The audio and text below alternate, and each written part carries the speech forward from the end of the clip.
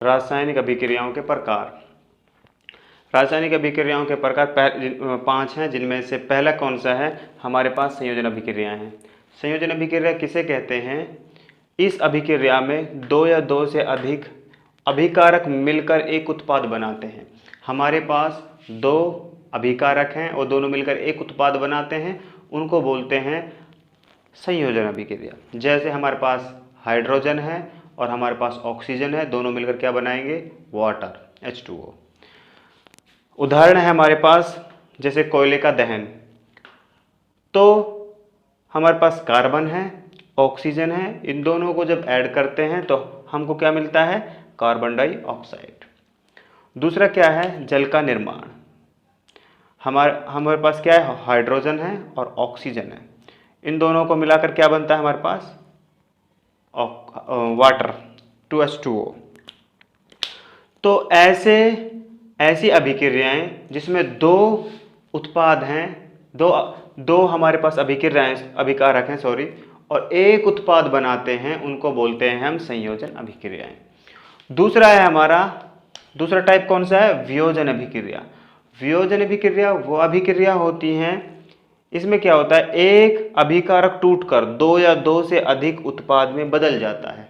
हमारे पास एक अभिकारक होता है, उसको वह टूटकर कितने अभिकारकों में उत्पादों में बदलता है? 2 उत्पादों में बदल जाता है, तो उसको बोलते हैं हम वियोजन अभिक्रियाएं। वियोजन अभिक्रिया के 3 प्रकार की होती है वियोजन अभिक्रिया। इसमें पहली क्या है? ऊष्मीय वियोजन। ऊष्मीय वियोजन क्या होता है? अभिकारक का ऊष्मा या गर्मी द्वारा किया गया वियोजन। उदाहरण के लिए हमारे पास क्या है? कैल्शियम कार्बोनेट है हमारे पास, CaCO3, और इसको हमने क्या किया है? हीट किया है, ऊष्मा दी है, तो एक 2 जगह में टूटा है, एक तो कैल्शियम हाइड्रोक्साइड और एक कार्बन डाइऑक्साइड। दूसरा क्या है? इस उदाहरण इसका दूसरा टाइप वियोजन अभिक्रिया का दूसरा टाइप क्या है? विद्युत वियोजन। विद्युत वियोजन क्या होता है? विद्युत धारा के प्रभावित होने के कारण होने वाला वियोजन, यानी कि जब विद्युत धारा प्रभावित होती है तो उसके द्वारा किया गया वियोजन, उसको बोलते हैं हम विद्युत वियोजन। जैसे हमारे पास उदाहरण में है, हमारे पास क्या है? जल है, विद्युत धारा हमने प्रोवाइड करी, तो क्या मिला हमारे पास? हाइड्रोजन मिला है और क्या मिला है? ऑक्सीजन मिला है। प्रकाश की उपस्थिति में होने वाला वियोजन प्रकाशित वियोजन कहलाता है। इसका उदाहरण क्या है हमारे पास? 2Lg और Cl, और इसको जब हम सूर्य के प्रकाश से तोड़ेंगे तो हमारे पास कितने जगह टूटेगा? 2 जगह। एक एग्जांपल इसका ये हो गया। तीसरा प्रकार आता है रासायनिक अभिक्रियाओं के प्रकार का। तीसरा प्रकार होता है विस्थापन अभिक्रिया। विस्थापन अभिक्रिया होती क्या है? इस अभिक्रिया में अधिक क्रियाशील तत्व कम क्रियाशील तत्व को उनके यौगिक से विस्थापित कर देता है, मीन्स अलग कर देता है। 2 चीज आई है इसके अंदर, पहली आई है अधिक क्रियाशील तत्व और दूसरा है कम क्रियाशील तत्व। उनको उनके यौगिक से क्या कर देता है? अलग कर देता है। यौगिक से क्या करता है? विस्थापित करता है। जैसे हमारे पास उदाहरण है, आयरन है हमारे पास, लोहा, और कॉपर सल्फेट है, ये 2 उदाहरण है। इनको जब हम रिएक्शन कराते हैं, ऐड कराते हैं, यहाँ ऐड का निशान नहीं था, अब लगा देते हैं, तो क्या मिलता है हमको? जो आयरन है ये कहाँ जाएगा? कॉपर सल्फेट, और कॉपर सल्फेट, जो कॉपर क्या है? कॉपर हमारे पास बच जाएगा।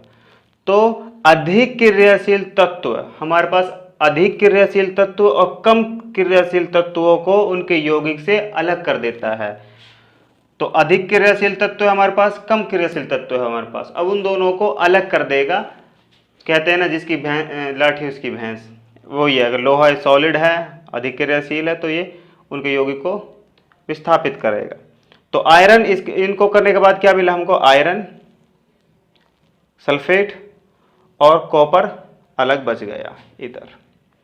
चौथा टाइप आता है इसका द्विविस्थापन अभिक्रिया। द्विविस्थापन अभिक्रिया क्या होती हैं? इस अभिक्रिया में उत्पादों का निर्माण दो यौगिक के बीच आयनों का आदान प्रदान करने से होता है। ठीक है, जब आयन आदान प्रदान होंगे तो उसको क्या बोलते हैं? द्विविस्थापन अभिक्रिया। एग्जाम्पल, हमारे पास सोडियम सल्फेट है और हमारे पास बेरियम क्लोराइड है, तो इन दोनों को जब रिएक्शन कराएंगे तो हमको क्या मिलेगा? इधर ये मिलेगा और उधर सोडियम क्लोराइड बच जाएगा हमारे पास। तो ये होते हैं हमारे पास रासायनिक अभिक्रियाओं के प्रकार। पांचवा टाइप क्या है हमारे पास? उपचयन और अपचयन। उपचयन और अपचयन क्या होते हैं? उपचयन क्या होता है? पदार्थ में ऑक्सीजन की वृद्धि होना या हाइड्रोजन का कम होना।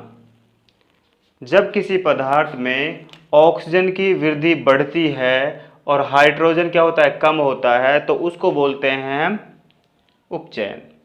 दूसरा क्या है? अपचयन। अपचयन क्या होता है? पदार्थ में हाइड्रोजन की वृद्धि और ऑक्सीजन का कम होना, यह कहलाता है हमारा अपचयन। उपचयन अपचयन के दोनों क्या हैं? विपरीत हैं। एग्जाम्पल देखते हैं इनका। एग्जाम्पल क्या है हमारे पास? उदाहरण इधर कार्बन है और ऑक्सीजन है, तो इन दोनों से मिलकर क्या बना है? Carbon dioxide, CO2। तो इसके अंदर उपचयन हुआ है, अपचयन हुआ है? इसके अंदर हुआ है उपचयन, क्योंकि उपचयन क्या है? ऑक्सीजन की वृद्धि होती है। जिस पदार्थ के अंदर ऑक्सीजन की वृद्धि होगी वह क्या रहेगा? उपचयन। ऑक्सीजन की वृद्धि कैसे हुई? इधर कार्बन अलग है, ऑक्सीजन अलग है, जब इन दोनों को एक साथ मिला दिया, ऐड कर दिया, तो हमको क्या मिला? Carbon dioxide. तो ऑक्सीजन क्या हुई है? कार्बन के अंदर वृद्धि हुई है, तो एक पदार्थ बना है, तो इससे क्या बोलेंगे हम? उपचयन बोलेंगे इसको। अब इसी तरह एक एग्जाम्पल है हमारे पास कॉपर ऑक्साइड और हाइड्रोजन। हमने उष्मा दिया इसको, फिर इसको रिएक्शन कराया, तो हमें क्या मिला? कॉपर और हमें क्या मिला? H2O, Cu और H2O हमें मिला। अब इसमें देखा हमने कि जो कार्बन है उसमें से क्या निकल गया? इधर आके यहाँ से स्टार्ट हुआ और इधर से कॉपर ऑक्साइड में से क्या निकल गया? ऑक्सीजन। तो क्या हुआ यहाँ पर? ऑक्सीजन की क्या हुआ? कम हुआ है ऑक्सीजन इधर। तो जो ऑक्सीजन कम होता है, जब ऑक्सीजन की वृद्धि कब होती है? कम होती है, तो उसको क्या बोलते हैं हम? अपचयन। तो इसको क्या बोलेंगे? अपचयन। इसके अंदर, इस केस के अंदर क्या होगा कि हाइड्रोजन है, तो इधर ऑक्सीजन में हाइड्रोजन ऐड हो गया है, तो जहां पर हाइड्रोजन क्या होगा? हाइड्रोजन बढ़ेगा, हाइड्रोजन की वृद्धि होगी, और जहां हाइड्रोजन कम होगा तो हम क्या बोलेंगे? अपचयन हुआ है। और हाइड्रोजन में वृद्धि हुई है तो क्या बोलेंगे? अपचयन। तो यहां पर हाइड्रोजन में क्या हुआ? वृद्धि हुई है, तो इसको ये क्या हो जाएगा? अपचयन।